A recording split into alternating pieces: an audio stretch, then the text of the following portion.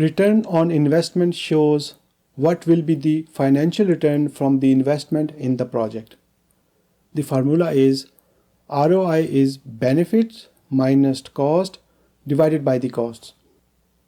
Say an organization invested 200,000 in a project and the benefits realized were 250,000.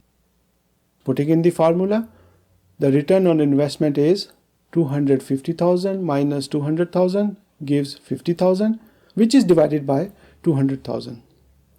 That result is 1 by 4. ROI is commonly expressed as a percentage, so 1 by 4 is 25%. The ROI of this project is 25%.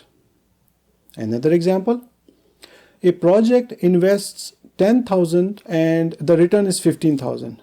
Using the formula, 15,000 minus 10,000 divided by 10,000 gives 1 by 2 or 50%. Higher the ROI, the better it is. But there is one watch out. See, in the first example, ROI is 25%, but the value of the return is 50,000.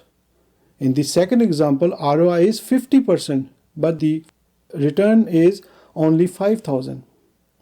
The point is that ROI alone may not be a great measure as it only shows return compared to the investment. It is better used along with other financial factors.